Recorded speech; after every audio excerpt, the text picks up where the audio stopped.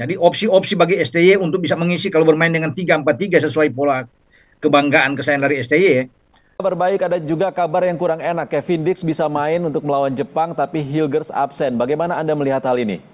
Iya, tapi memang di sini kan ada pergantian ya. Hilgers tidak bisa bermain, Dix datang, dan itu dalam posisi yang sama. Memang sangat disayangkan. Saya ingin memang Hilgers itu datang. Cuma kan dalam keadaan yang tidak 100% percuma juga.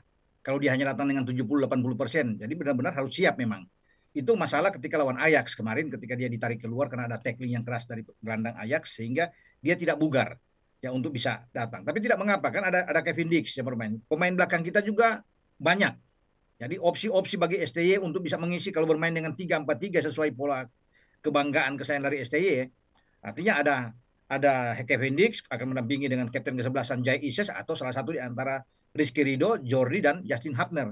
Jadi memang di belakang itu oke, nggak ada masalah. Tinggal kita akan berpikir bagaimana apa yang harus dilakukan oleh STY di gelandang dan juga di depan. Karena kan kita butuh poin, tidak boleh kehilangan poin di kandang kita. Begitu, Iksan. Oke, Bung Ropan, dengan ketidakhadiran Hilgers, kira-kira Anda melihatnya bagaimana formasi pertahanan timnas nanti? Apakah dengan skema 3 back atau ada perubahan? Kalau STY selama ini kan tidak ada perubahan. 3 back ya akan dia lakukan. Ya tentunya bermain dengan Jai Ises, dengan juga Kevin Dix akan bermain agak ke kanan, dan salah satu dia akan pilih. Ya saya ingin sih misalnya Ridho ya akan main ya. Bisa saja Ridho bermain. Karena Ridho terakhir bermain di Piala Asia di Qatar Januari lalu kan bermain di belakang sama dengan Elkan dan juga dengan Jordi. Dan kita tidak perlu takut karena kita kalah 3-1 pun di Piala Asia itu lawan Jepang, tim yang sama yang hampir sama yang datang ke sini itu karena ada penalti satu, kemudian ada gol bunuh diri satu di antara 3 gol dan Sandy Walsh bisa membalas. Jadi kita punya motivasi yang bagus bermain di kandang, fokus, mental baik buat kita dan saya rasa kita punya peluang ya untuk mendapatkan hasil. Tidak perlu muluk-muluk, ya. Tidak perlu Oke, dengan harus menang, Iksan. Draw aja sudah luar biasa buat kita menghadapi tim peringkat 15 dunia ini. peringkat 15 FIFA dan pemuncak klasemen sementara di grup C, Bung Ropan, apa yang sebenarnya harus diantisipasi dari timnas Jepang? Mereka punya gelandang-gelandang yang bagus. Sebenarnya kalau STY bisa melihat memutar dengan pertandingan-pertandingan yang sebelumnya, kekuatan Jepang itu ada di flank. Ya, ada Mitoma, pemain Brighton dan Hove Albion. Kemudian ada Ritchie Doan, pemain dari Freiburg di Bundesliga. Dua ini sangat kuat. Ditambah dengan Minamino kan yang bermain di Monaco. Jadi mereka selalu bermain dari flank ini dan itu yang menghancurkan Cina dengan 7 gol, Bahrain dengan 5, kemudian Arab mereka hajar dengan 2. Dan ini harus dilihat benar-benar. Makanya saya pikir ya apakah berani STY dengan 3-4-3-nya kemudian mengubah dengan lebih menumpuk pemain. Australia melakukan demikian sehingga mereka bisa mendapatkan hasil imbang 1-1. Mereka taruh ada 5 gelandang di sana sehingga bertempur dengan gelandang-gelandang terbaik Jepang karena mereka punya Morita, punya Tanaka, punya Endo. Nah, itu kuat semua. Kalau kita hanya bermain dengan 2 gelandang saya pikir tidak cukup. Dengan 3-4-3-nya pasti kan 2 gelandang di tengah, Tom Haye dan Nathan. Ini akan kurang. Oke. Ya, akan kurang karena Verdong bermain melebar di kanan dan Sandy Walsh. Perlu ada satu lagi sehingga ada 2 yang bisa bertahan DM kita. Ini bagus. Kalau ada Ivar, sayang Ivar akumulasi kan, kartu tidak bisa main. Ivar bisa bermain dengan Nathan, membiarkan Tom Haye untuk bisa mengendalikan permainan. Sekarang kita punya Justin Hapner, tetap dengan 3 back misalnya, bisa aja dengan 5 atau 5 ya 3-5-2. Tapi saya lebih enak bermain dengan uh, gelandangnya kalau nggak 5-4. Jadi bisa 4-5-1, membiarkan Rafael Struijk di depan, ada 5 di tengah, atau dengan 5-4-1 atau 5-3-2. Ya bisa aja begitu. Oke, Bung Ropan, ada Mitoma di kiri, ada Ritsudoan di kanan.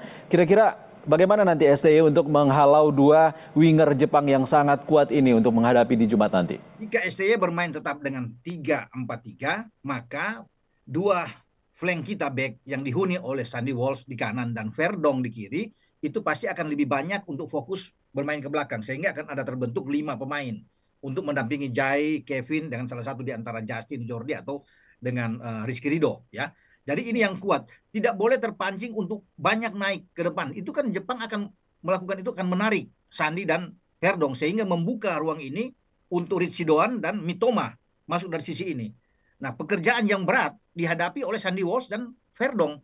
Bagaimana Oke. cara mereka harus bisa terus ya memarking, mematikan pergerakan, mempersempit pergerakan dari Ritchie-Doan dan juga dengan Mitoma ini. Karena kunci Jepang ada di 2 flank ini.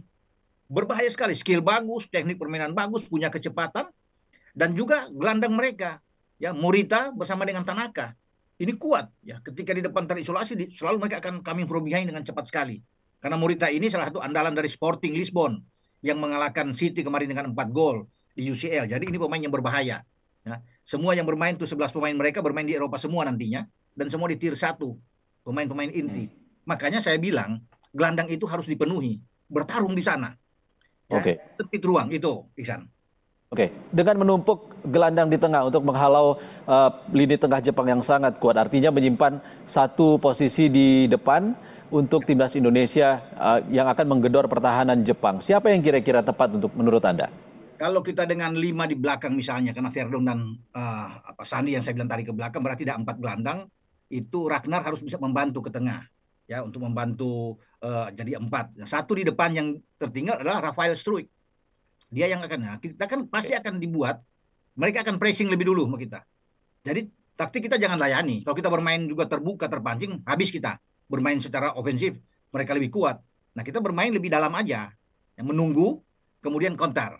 Menunggu lebih counter. Sama seperti lawan Australia kan. Australia dibuat frustrasi. Jadi tugas pemain-pemain kita, jangan sampai Jepang itu membuat gol di babak pertama.